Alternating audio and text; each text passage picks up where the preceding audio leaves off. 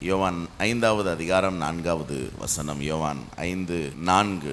சில சமயங்களில் தேவதூதன் ஒருவன் குளத்திலே இறங்கி தண்ணீரை கலக்குவான். தண்ணீர் கலங்கின பின்பு யார் முந்தி அதில் இறங்குவானோ அவன் எப்பேற்பட்ட வியாதியஸ்தனாய் இருந்தாலும் சுகமடைவான்.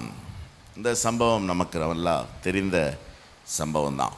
அதிலிருந்து கர்த்தர் நம்மோடு பேசுகிற இந்த மாதத்திற்கான வாக்குத்தத்தம் என்ன அப்படின்னா, நமக்காக இந்த மாதம் குளம் கலக்கப்படும்.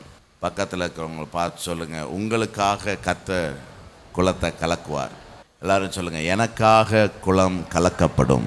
அன்னைக்கு குளம் கலக்கப்படும். யார் முந்தி இறங்குவானோ அவன் சுகமடைவான். ஆனால் இந்த நாட்களில், இந்த மாதத்தில் நமக்காகவே கர்த்தர் குளத்தை கலக்குவார். அப்போ இந்த குளம் கலக்கப்படும் போது நமக்கு ஒரு அற்புதம் நடக்கும்.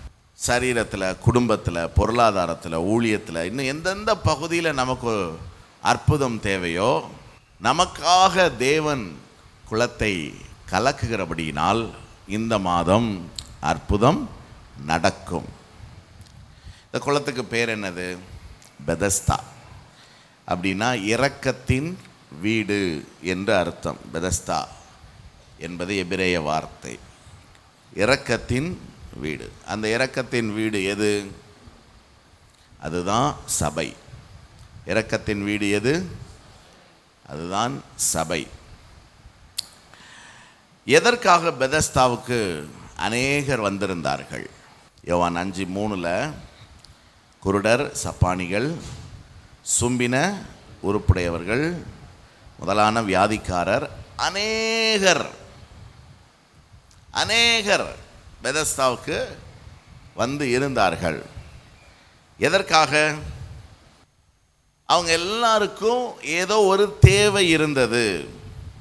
தங்கள் தேவை சந்திக்கப்படும் என்ற விசுவாசத்தோடு அவர்கள் அங்கே இருந்தார்கள்.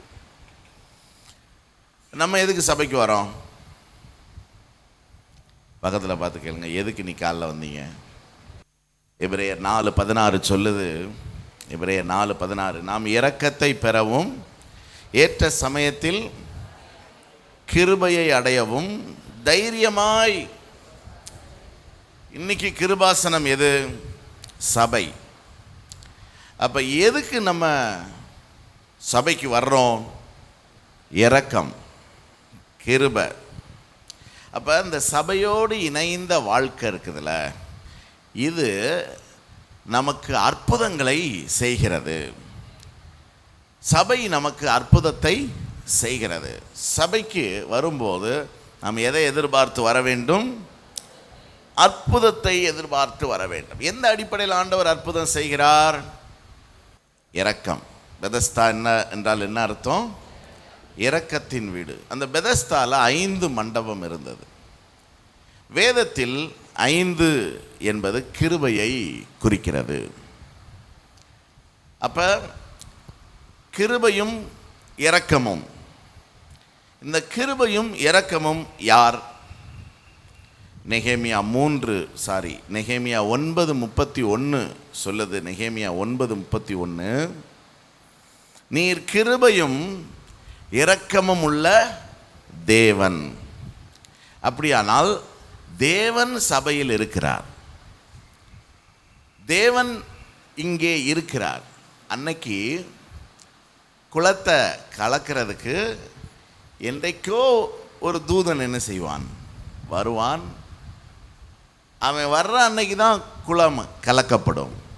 ஆனால் சபையிலே தேவன் எப்போதும் இருக்கிறார். ஏனென்றால் அவர்தான் இரக்கம், அவர்தான் கிருபை.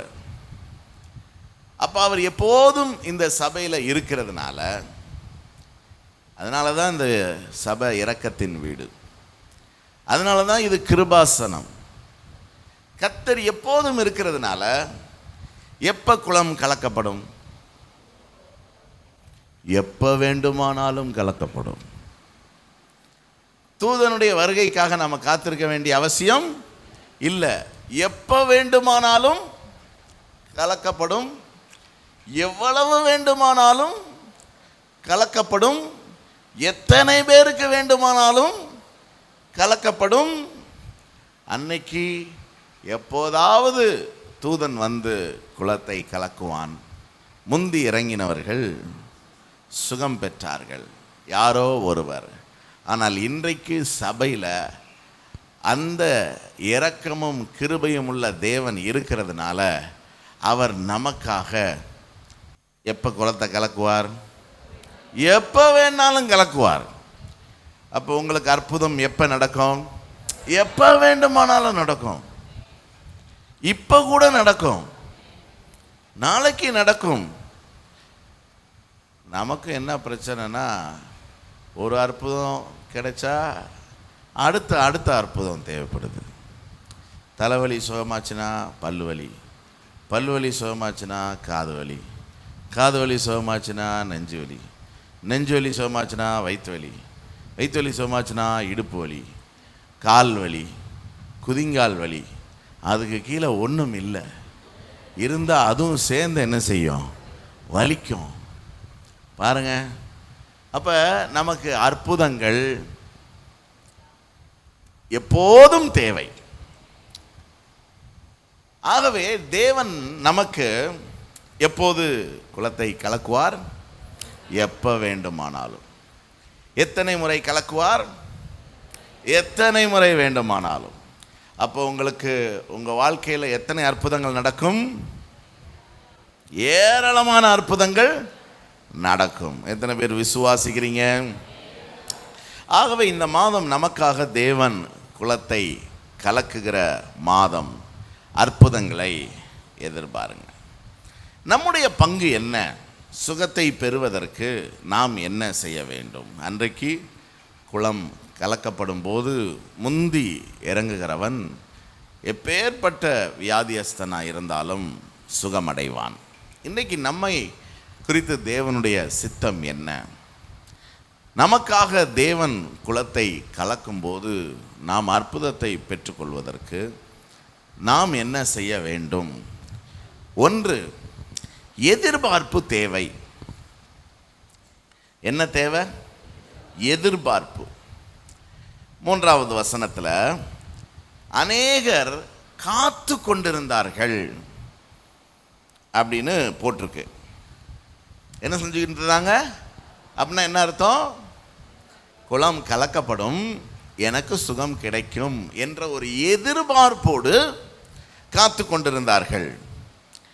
அப்படி காத்து கொண்டிருந்த எத்தனை பேருக்கு சுகம் கிடைத்தது? அன்றைக்கு முந்தி இறங்குகிற ஒருவனுக்கு சுகம் கிடைத்தது. ஆனால் இன்றைக்கு நம்மோட தேவன் என்ன பேசுகிறார்? யாரோ ஒருவனுக்காக குலம் கலக்கப்படுகிறதில்ல, நம்ம எல்லாருக்காகவும் எப்போ வேண்டுமானாலும் தேவன் குலத்தை கலக்குவார். எத்தனை முறை வேண்டுமானாலும் குலத்தை கலக்குவார். நமக்கு தேவை என்ன? 2 விதமான மனநிலை உள்ளவர்கள் சபையில் உண்டு. ஒரு குரூப் என்னன்னா, நிச்சயம் அற்புதம் நடக்கும் என்ற எதிர்பார்ப்போடு காத்திருக்கிறவர்கள். என அவர்களை விசுவாசம் உள்ளவர்கள் என்று நாம் சொல்லலாம். மற்றொரு குரூப் என்ன அப்படின்னா, யாருக்காவது நடக்கும், நமக்கு கொஞ்சம் கஷ்டம்தான் அப்படிங்கிற ஒரு மனநிலை உள்ளவர்கள். அவர்களை அவிசுவாசம் உள்ளவர்கள் என்று நாம் சொல்லலாம். ஏன்னா அன்னைக்கு அப்படி தான் இருந்தது. அநேகர் எதிர்பார்த்து காத்து கொண்டிருந்தாங்க. இப்போ நான் போகிறேன், கூட்டம் பயங்கரமாக இருக்கே, இன்றைக்கி நமக்கு எதுவும் கிடைக்குமான்னு தெரில. உடனே பக்கத்தில் இருக்கிறவர் சொல்கிறாரு, ஏங்க கிடைக்குங்க, நம்புங்க. யோ, குலத்தை கலக்குவாங்கிற, எப்போ கலக்குவான்னே தெரியாதுங்கிற, கலக்குனா அவ்வளோ பேரும் விழுந்தடிச்சு என்ன செய்வான்? கியூலையா போய் குதிக்க போகிறேன், அப்படி குதிப்பாங்க. எவன் முதல்ல குதிச்சான்னு எப்படி தெரியும்?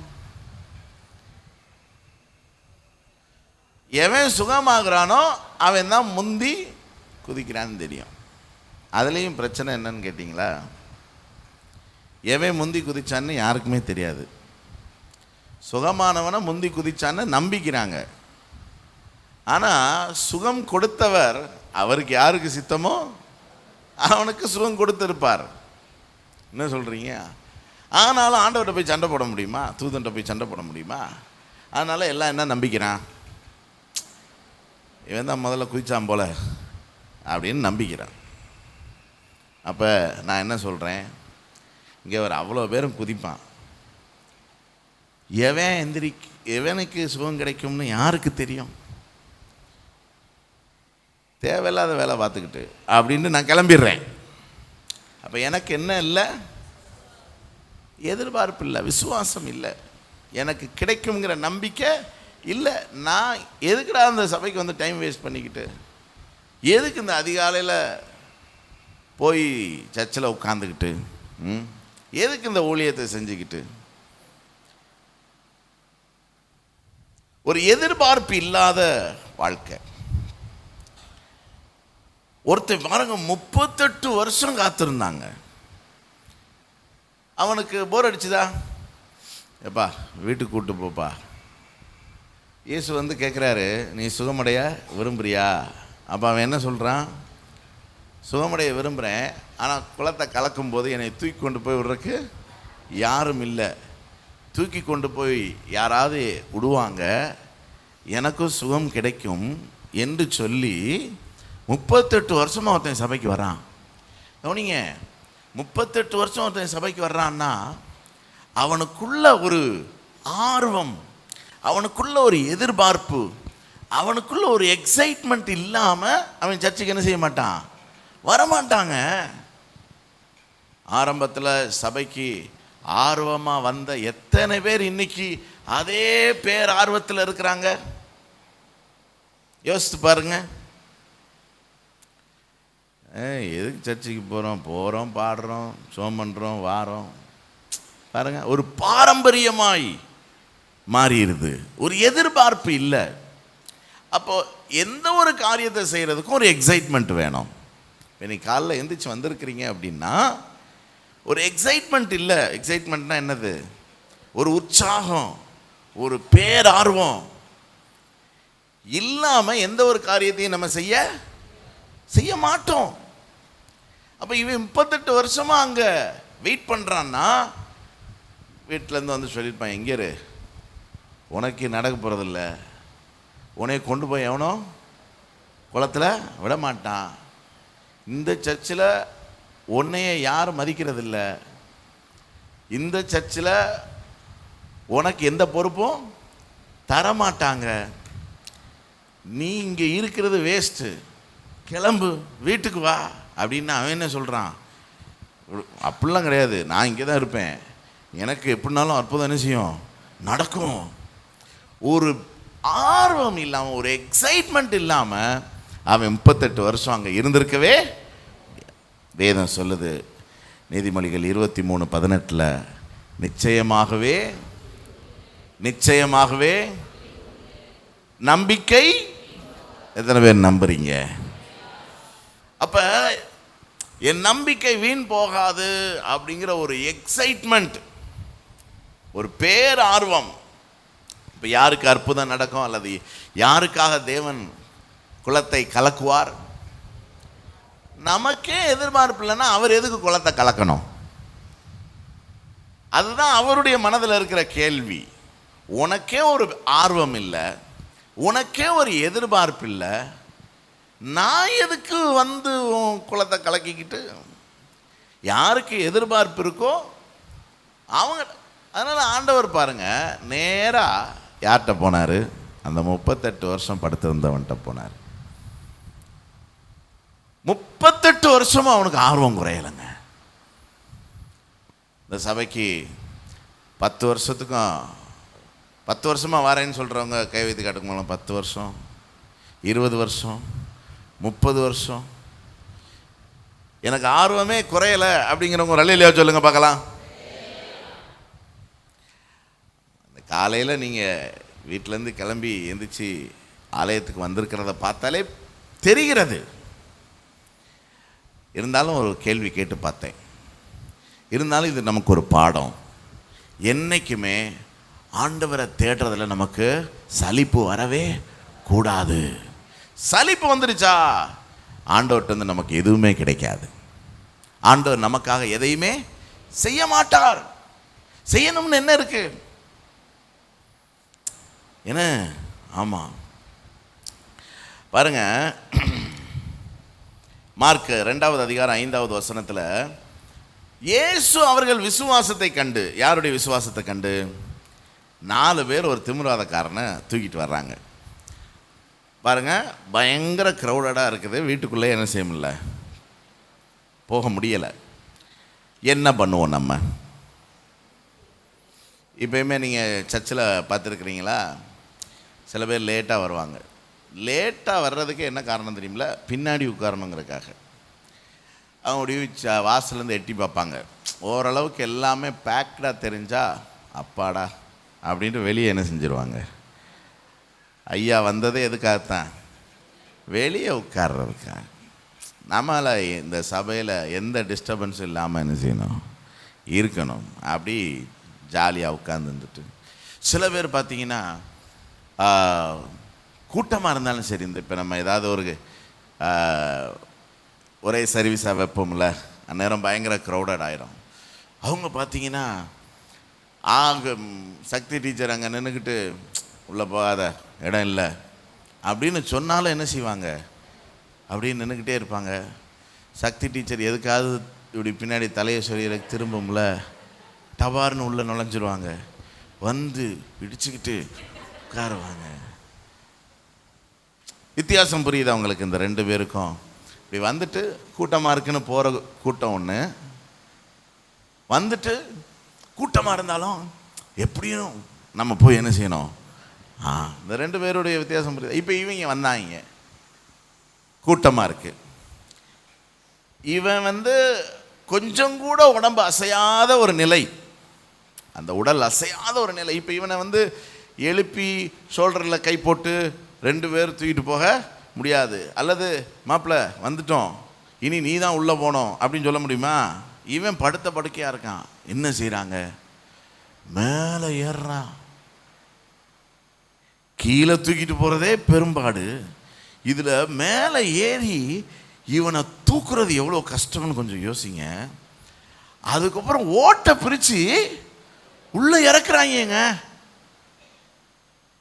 அப்போ அவங்களுக்குள்ள எவ்வளோ ஒரு எக்ஸைட்மெண்ட் இருந்தால் இந்த வேலையை பார்த்துருப்பாங்கன்னு கொஞ்சம் யோசித்து பாருங்களேன். நீங்கள் பழைய ஆட்களுக்கு தெரியும், சினிமா பார்க்க காசு இருக்காது. டூரிங் டாக்கீஸில் ஓட்டையை போட்டுலாம் பார்த்துக்கிட்டு இருப்பாங்க. புரியுது அவங்களுக்கு? காலேஜிலலாம் விட மாட்டாங்க. நைட்டு கோட்டைச்சுவர் ஏறி என்ன செய்கிறது? குதிச்சா கல் முள் எல்லாம் குத்தும். பாஸ்டர் சொல்லுவாங்க, அந்த ரட்சிக்கப்படுறதுக்கு முன்னாடி வத்திராரப்புலேருந்து விருதுநகருக்கு சைக்கிள்லேயே படம் பார்க்க, நைட் ஷோ எத்தனை மணிக்கு முடியும்? 12 1 தெரில, 2 மணியா? 1 மணின்னு வச்சுக்கோங்களேன். அங்கேருந்து கிளம்பி நைட்டோடு எங்கே வரணும்? ஆமாம், அப்போ சொல்லுவாங்க ஒரே இருட்டாக இருக்கும். சைக்கிளில் 3 பேர், முன்னாடி ஒருத்தன் பின்னாடி ஒருத்தன் என்ன செய்யணும்? மாறி மாறி. யோசித்து பாருங்கள், எவ்வளவு தூரம் ரோடு அவ்வளோ நல்லா இருக்காது. சில நேரம் பஞ்சர் ஆயிரும். பஞ்சரான சைக்கிளே என்ன செய்கிறது? ஓட்டுறது. வித்தியாசம் புரியுது அவங்களுக்கு? அந்த பேரார்வம், அந்த எக்ஸைட்மெண்ட்டு. அது மாதிரி தான் 4 பேரும் சேர்ந்து அவனை, இதைத்தான் ஆண்டவர் சொல்றாரு, அவர்கள் விசுவாசத்தை கண்டு, அந்த அந்த எதிர்பார்ப்பை பார்த்து தான், அவங்ககிட்ட இருக்கிற அந்த பேரார்வத்தை பார்த்து தான் கர்த்தர் என்ன செய்கிறாரு? அற்புதம் செய்கிறார். அதனால் நமக்கு எப்போதும் ஆண்டவர்கிட்ட இருந்து அந்த எதிர்பார்ப்பில் ஒரு எக்ஸைட்மெண்ட் இருக்கணும். இந்த கூஸ் பம்ப்னு சொல்லுவாங்க, தெரியுமா உங்களுக்கு? புல்லரிக்கிறது. அந்த வயிற்றுக்குள்ள அப்படி பட்டாம்பூச்சி ஓடுறது, புரியுதா? அப்படி ஒரு அது இருக்கணுங்க. பக்கத்தில் இருக்கிறவருக்கு இருக்குதான்னு பாருங்க. புரியுதா? அதுதான் ஆண்டவர் நம்மகிட்ட எதிர்பார்க்கிறது. அப்படி ஒரு பரபரப்பா இருக்கிறவங்களுக்காக கர்த்தர் எத்தனை தடவைனாலும் குளத்தை என்ன செய்வார்? என்னடா சும்மா அப்படி இருக்க அப்படின்னு அவர் என்ன செய்ய மாட்டார், நினைக்க மாட்டார். அவனுக்காக என்ன வேணாலும் செய்வார். ஆகவே கிறிஸ்தவ வாழ்க்கை அப்படிங்கிறதே எப்படிப்பட்ட வாழ்க்கை? ஒரு உற்சாகமான வாழ்க்கை. வாழ்க்கையில் என்ன வேணாலும் நடக்கலாம், ஆனால் என்ன குறையக்கூடாது? உற்சாகம் குறையக்கூடாது, சலிப்பு வரவே கூடாது. நாளுக்கு நாள் நமக்கு தேவன் மேலே அந்த பேர் ஆர்வம், எதிர்பார்ப்பு என்ன செஞ்சுக்கிட்டே போகணும்? கூடிக்கிட்டே போகணும். நம்ம வாழ்க்கையில் அற்புதங்கள் எண்ணில் அடங்காததாக இருக்கணும். அவர் தான் கலக்கிறேங்கிறார்ல, கலக்க வைங்க. ஆண்டவர் என்னடா உன் கூட இருக்க சொல்கிற, உன் கூட இருந்தால் ஒரு வேளை என்ன செய்ய மாட்டேங்கிற? அவருக்கு நம்மகிட்ட எதிர்பார்ப்பு இல்லாமல் போச்சு. இவனுக்காக நம்ம குளத்தை கலக்க வேண்டிய அவசியமே இல்லை அப்படிங்கிற மாதிரி அவருக்கு உங்கள் கூட இருக்கிறதுல சலிப்பாகி போச்சு. ஆகுமா ஆகாதா? அதனால் எக்ஸைட்மெண்ட். இப்போ இந்த உதாரணத்தை நம்ம பார்க்குறதுனால நமக்கு புரியும், நமக்கு மட்டும் ஏதோ ஒரு அற்புதத்துக்காகன்னு நம்ம பரபரப்பாக இருக்கணுங்கிற அவசியம் கிடையாதுங்க. நம்ம ஊழியத்தில், நம்ம வீட்டு பக்கத்தில், ஏன்னா யாருக்காகனாலும் நம்ம ஆண்டவர்ட்ட அற்புதத்தை என்ன செய்யலாம்? எதிர்பார்க்கலாம் தானே. எப்பயும் நம்ம வாழ்க்கையில் ஒரு ஒரு த்ரில்லிங்கான சம்பவங்கள் நடந்துக்கிட்டே இருக்கணும். அப்போ தான் நம்ம எப்படி இருக்க முடியும்? உற்சாகமாக இருக்க. இப்போ இந்த வாரம் ஏதோ ஒரு சம்பவம் பெருசாக நடந்துருச்சு, ஆண்டவர் உங்களுக்கு ஒரு பெரிய அற்புதம் நடந்துட்டாருன்னா ஞாயிற்றுக்கிழமை எப்படி வருவீங்க? உற்சாகமாக பாஸ்டர் சாட்சி சொல்லணும், எழுதி கொடுங்க சிஸ்டர், பக்கம் பக்கமாக எழுதுவோம். அப்படி போன வாரம் உங்கள் குடும்பத்தில், தனிப்பட்ட வாழ்க்கையில், பிஸ்னஸில், ஊழியத்தில் ஏதாவது அப்படி எதுவும் நடந்துச்சா? நடக்கணும், தினந்தோறும் நடக்கணும். எத்தனை பேர் எதிர்பார்க்கிறீங்க? ரெண்டாவது, கவனம் தேவை. யோவான் 5:4 தூதன் குளத்தில் இறங்கி தண்ணீரை கலக்குவான். கலங்கின பின்பு யார் முந்தி அதில் இறங்குவானோ அவன் சுகமாவான். இப்போ எப்போ குளம் கலக்கப்படும்னு டைமிங்லாம் போட மாட்டாங்க நோட்டீஸ் போர்டில். எப்போ குளம் கலக்கப்படும்னு யாருக்கும் தெரியாது. தேவை என்ன? கவனம், கவனம், ஃபோக்கஸ், ஃபோக்கஸ். எப்போ உங்களுக்காக தேவன் குளத்தை கலக்குவார்? அந்த வார்த்தை ரொம்ப முக்கியம். புரியுதா உங்களுக்கு? எப்போ உங்களுக்காக தேவன் குளத்தை கலக்குவார்? எப்போ வேண்டுமானாலும். கலக்க போகிறேன்னு சொல்லிட்டு கலக்க மாட்டார். எப்போ வேண்டுமானாலும் என்ன செய்வார்? குளத்தை. இப்போ நம்ம ஃபோக்கஸ் யார் மேலே இருக்கணும்? கர்த்தர் எப்போ நமக்கு அற்புதம் செய்ய போகிறாரு, கர்த்தர் எப்போ நமக்கு வழி திறக்க போகிறாரு, கர்த்தர் எப்போ நம்ம உயர்த்த போகிறாரு, கர்த்தர் எப்போ நம்ம கொண்டு இந்த காரியத்தை செய்ய போகிறாரு அப்படிங்கிற ஒரு பாடல் இருக்குதுல, கண்களை பதிய வைப்போம் கர்த்தராம் இயேசுவின் மேல். இன்னொரு பாட்டு இருக்குல்ல, எப்போதும் என் முன்னே உம்மைத்தான். அப்போ நம்ம சபைக்கு வர்றோங்க, எதுக்கு வரோம்? நமக்காக குளம் கலக்கப்படும். நமக்கு எப்பேற்பட்ட அற்புதம்னாலும் என்ன செய்யும்? அவருக்கு வரமுறையே கிடையாது. அவர் சர்வ வல்லமையுள்ள தேவன், அவரால் கூடாத காரியம். அப்போ நம்ம கவனம் எதில் இருக்கணும்? சபைக்கு வரும்போது ஜபம், என்ன துதி ஆராதனை, ஊழியம், செய்தி, வாக்கு தத்துவம், என்ன கர்த்தரை தேடுறது. புரியுதா உங்களுக்கு? ஏன்னா எதுலனாலும் குளத்தை கர்த்தர் என்ன செய்வார்? பாட்டில் கலக்குவார், துதி ஆராதனையில் கலக்குவார், அப்புறம் காணிக்க போடும்போது கூட கலக்குவார், அப்புறம் கண்ணை மூடி இருக்கும்போது கலக்குவார், திறந்திருக்கும் போது கலக்குவார். எப்போனாலும் கர்த்தர் என்ன செய்வார்? 1000 மணி நேரம் ஜெபத்துக்கு வரும்போது கலக்குவார், உபவாச ஜெபத்துக்கு வரும்போது கலக்குவார், கொயர் ப்ராக்டிஸ்க்கு வரும்போது கூட என்ன செய்வார்? கலக்குவார். எப்போனாலும் உங்களுக்காக தேவன் என்ன செய்வார்?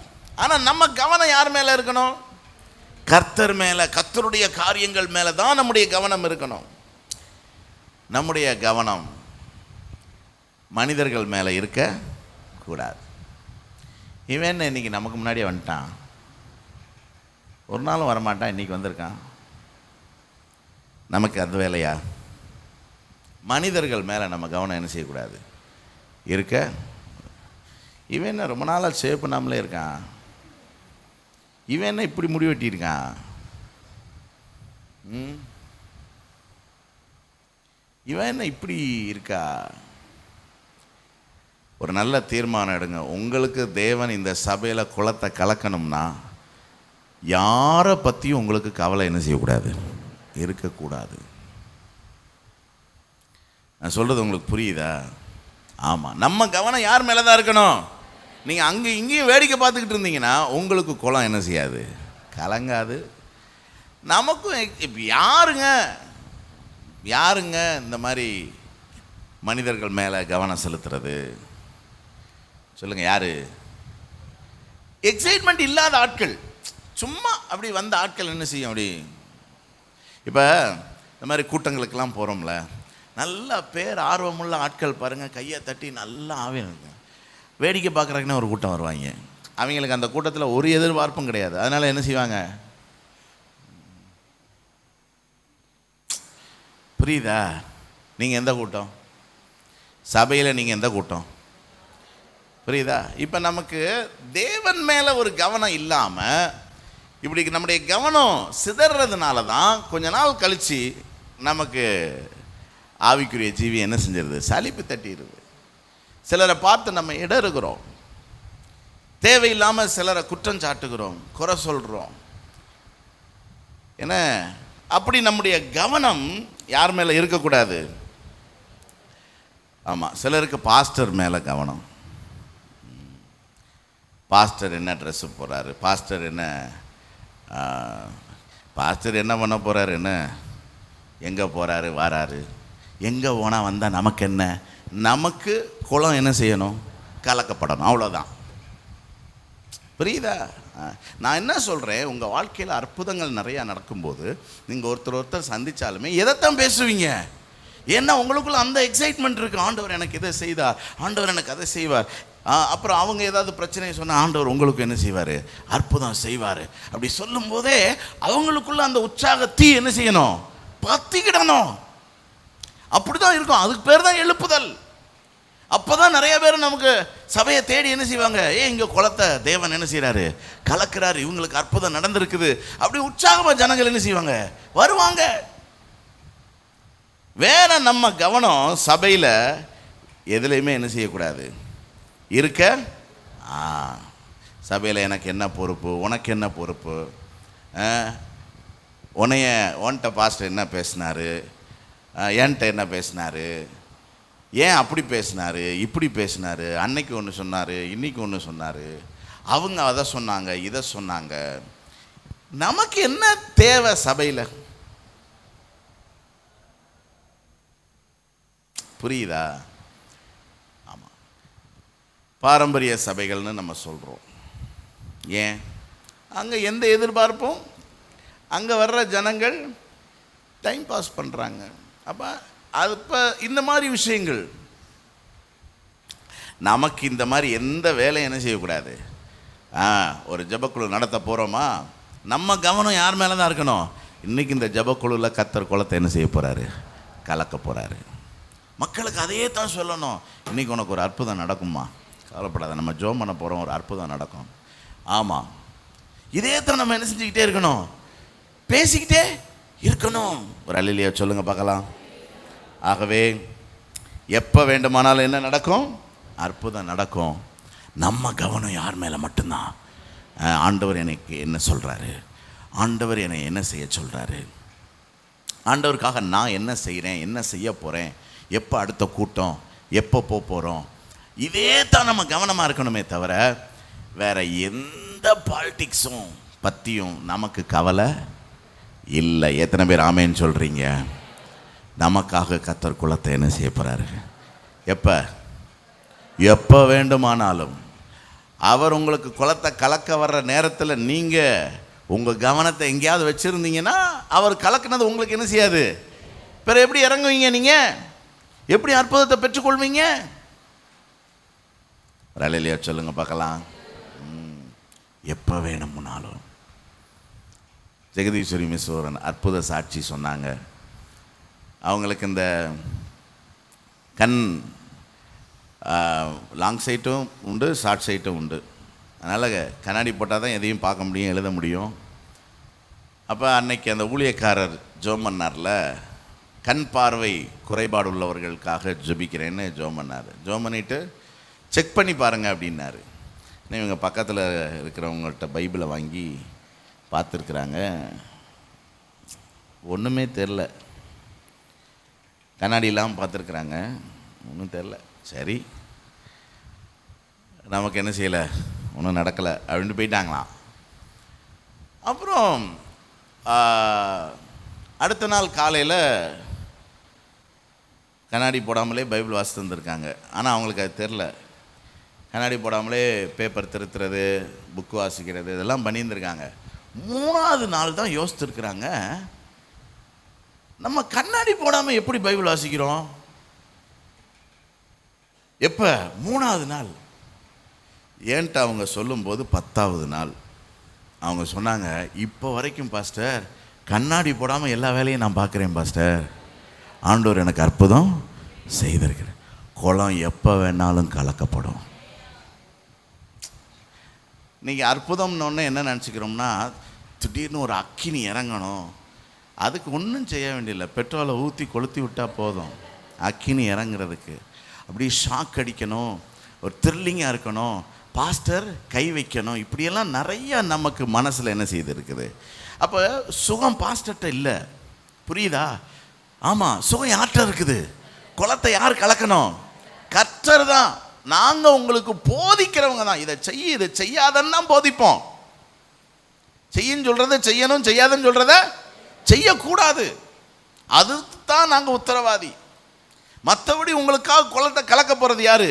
கர்த்தர். எப்போ வேணாலும் கலக்குவார். அவர் கலக்கிறது என்னன்னு நமக்கு தெரியாது, ஆனால் அற்புதம் என்ன செய்யும்? நடக்கும்.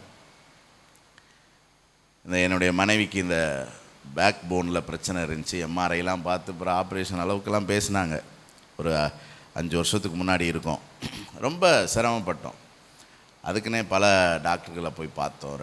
ஒரு 3 வருஷம். ஆனால் அவங்களுக்கு அந்த பிரச்சனை கூடிக்கிட்டே போகுது.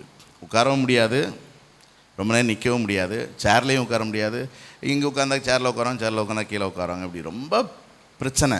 அதாவது அந்த போன் இந்த நர்வ் சிஸ்டத்தை கம்ப்ரெஸ் பண்ணிக்கிட்டு இருக்குது. இப்படி பிரச்சனை. ஒரு கூட்டத்துக்கு எங்களை கூப்பிட்டாரு. ரொம்ப வற்புறுத்தி நான் கூட்டம் நடத்தினேன், வாங்க. அது நம்ம மேலே ஒரு பிரியமான ஒருத்தர், அதாவது நம்ம வந்தால் நல்லாயிருக்கும் அப்படின்னு நினைப்பாங்கள்ல, அப்படி கூப்பிட்டார். எனக்கு அன்றைக்கி பயங்கர, ஆனாலும் போனோம். எனக்கு அவர் அற்புதம் நடக்கும் அப்படி சொல்லிக்கிட்டே இருந்தார். வேறு பெரிய ஸ்டடி மாதிரிலாம் ஒன்றுமே கிடையாது. வெறும் அக்கினி இறங்கும்போது உனக்கு கட்டு உடையும், அக்கினின்ட்டுக்கிட்டே இருந்தார். சவுண்டு பயங்கரம். எனக்கு அதுவே கொஞ்சம் கஷ்டமாக இருந்துச்சு. இருந்தாலும் ஆண்டவரே, இன்றைக்கி எனக்கு வர முடியாத சூழ்நிலை, வந்திருக்கிறேன். நான் மனைவி தான் போயிருந்தோம். நீங்கள் எனக்கு ஒரு உபகாரம் பண்ணுறதா இருந்தால் என் மனைவிக்கு என்ன செய்யுங்க, சோத்தை கொடுங்க அப்படின்னு சொல்லி ஒரு எதிர்பார்ப்பு. ஆண்டவரே, ஒரு கூட்டத்துக்கு வந்திருக்கிறோம், ஏதாவது செய்யுங்க. அப்புறம் ரொம்ப நேரம் பேசிக்கிட்டு இருந்தார். அப்புறம் ஜெபம் பண்ணுறக்கு எழும்பி நிற்க சொன்னாங்க. எங்களுக்கு ரொம்ப டைம் ஆயிடுச்சு, நாங்கள் கொஞ்சம் ட்ராவல் பண்ணி வரணும், அதனால் சரி நம்ம கிளம்புவோம் அப்படின்னு சொல்லிவிட்டு அந்த பாஸ்டர் வீட்டில் பிள்ளைகிட்ட ஒன்று தூரமாக போனோம், போயிட்டோம். உடனே அவருக்கு நம்ம வந்ததே ரொம்ப சந்தோஷம் அவருக்கு. அதனால் சரிங்க பாஸ்டர், வந்தது ரொம்ப சந்தோஷம் அப்படின்னு சொல்லிட்டு நாங்கள் கிளம்பி போயிட்டோம். அப்புறம் ஒரு கொஞ்சம் தூரம் வந்திருப்போம், ஒரு ஃபோன் வந்துச்சு. அந்த சபையில் எங்களை தெரிஞ்ச ஒருத்தர், அவர் பாஸ்டர்மா பேர் என்னது அப்படின்னாரு. நான் சொன்னேன், அவங்கள தான் கூப்பிட்றாரு, நீ வாங்க அப்படின்னாரு. எனக்கு என்னடா செய்ய, போமா, திரும்ப கூப்பிட்றாரு. ஆனால் எனக்கு என்ன டவுட்னா, எப்படி பேரை கரெக்டாக கூப்பிட்றாரு. அதில் எனக்கு ஒரு சரி திரும்ப போனோம். அவர் எங்களை கண்டுக்கிடவே இல்லை, அந்த ஊழியக்காரர். இவர் போய் சொன்னார் இந்த வந்திருக்காங்கன்னு. அவர் அதுக்குள்ளே வெவ்வேறு ஆட்களை கூப்பிட்டு ஜெபம் பண்ணிக்கிட்டு இருந்தார். நாங்கள் போய் சும்மா தான் நின்றுக்கிட்டு இருந்தோம். அப்புறம் பார்த்தேன், சரி நம்ம போவோம் அப்படின்ட்டு நாங்கள் அதுக்கப்புறம் கிளம்பி வந்துட்டோம். இவ்வளோ தாங்க நடந்துச்சு. அது ஒரு வெள்ளியா சனியான்னு தெரில, வெள்ளிக்கிழமை, அது முதல் நாள் கூட தான் போனோம். ஒரு சனி காலையில் எனக்கு ஒரு சின்ன ஒரு யோசனை. நான் சொன்னேன், உனக்கு ஏதாவது நடந்துச்சா? அவர் கூப்பிட்டது எங்களுக்கு தெரியாது, ஒருத்தர் சொல்கிறாரு உங்கள் பேரை கூப்பிட்டாங்கன்னு, அதனால் நாங்கள் திரும்ப போனோம். அவரும் தலையில் கை வைக்கல, ஒன்றுமே செய்யலை. இதே யோசிச்சுக்கிட்டு கேட்டேன், எனக்கு இது வரைக்கும் அப்படி ஒன்றும் தெரில. அதைத்தான் சொல்கிறேன், நம்ம என்ன எதிர்பார்க்குறோம்னா ஒரு கரண்ட் ஷாக் அடிக்கணும், ஒரு வல்லமை இறங்கணும், ஒரு அக்கினி இறங்கணும், தலையில் என்னத்தையாவது ஊற்றணும், தெளிக்கணும், அப்படிலாம் நம்ம யோசிக்கிறோம்ல. அதனால் என்ன ஒன்றும் தெரில அப்படின்னு சொல்லிட்டு அவங்க வாட்டுக்கு வேலையை பார்த்துக்கிட்டு இருந்தாங்க. அவங்களுக்கு வழக்கமாக இந்த பிரச்சனை எப்போ ரொம்ப மோசமாகும் அப்படின்னா ஞாயிற்றுக்கிழமை தான். ஏன்னா இந்த சேரில் உட்காடுறோம்ல, அப்படி உட்காந்துருக்கும் போது திங்கக்கிழமை தான் சொன்னாங்க. எனக்கு சனிக்கிழமை, அதாவது நைட் தூங்கிட்டோம், சனிக்கிழமை காலிலேருந்து இப்போ வரைக்கும் எனக்கு அந்த பெயினே தெரில அப்படின்னாங்க. அது முதல் இன்னைக்கு வரைக்கும் கர்த்தர் அந்த வலி எப்படி போச்சுன்னே தெரியாது. தேவன் தருகிற சுகம் நிரந்தரமானது. அவ புரிஞ்சுக்கோங்க, எப்போ கலக்குவார், எப்படி கலக்குவார் நமக்கு தெரியாது, ஆனால் கலக்குவார். புரியுதா? எதுக்காக நான் அந்த ஜெகதீஸ்வரி மேடம் சாட்சி இதையும் நான் சொன்னேன் அப்படின்னா, நீங்களும் அப்படித்தான். நீங்கள் வந்துட்டுருக்கீங்கல்ல, ஒரு அற்புதத்தை எதிர்பார்த்து திரும்பி போகும்போது ஆண்டவர் குளத்தை கலக்கிட்டாருன்ட்டு போயிருந்தோம். அது நடக்கும். எப்படி நடக்கும் அதெல்லாம் நமக்கு என்ன செய்யாது, ஆனால் அற்புதம் என்ன செய்யும், நமக்குள்ளே ஏதோ ஒன்று நடந்திருக்கும். நமக்கு அந்த விசுவாசம் வேணும். புரியுதா? அந்த எக்ஸைட்மெண்ட் வேணும். கடைசியாக ஒரு காரியத்தை பார்த்து நம்ம முடிப்போம். யோசித்து பாருங்கள், இந்த குளம் கலக்கப்படும் போது முந்தி இறங்கினா தான் அற்புதம் நடக்குமா? அப்போ ஒருத்தன் எவ்வளோ ஃபாஸ்ட்டாக இருக்கணும்னு கொஞ்சம் யோசித்து பாருங்களேன்.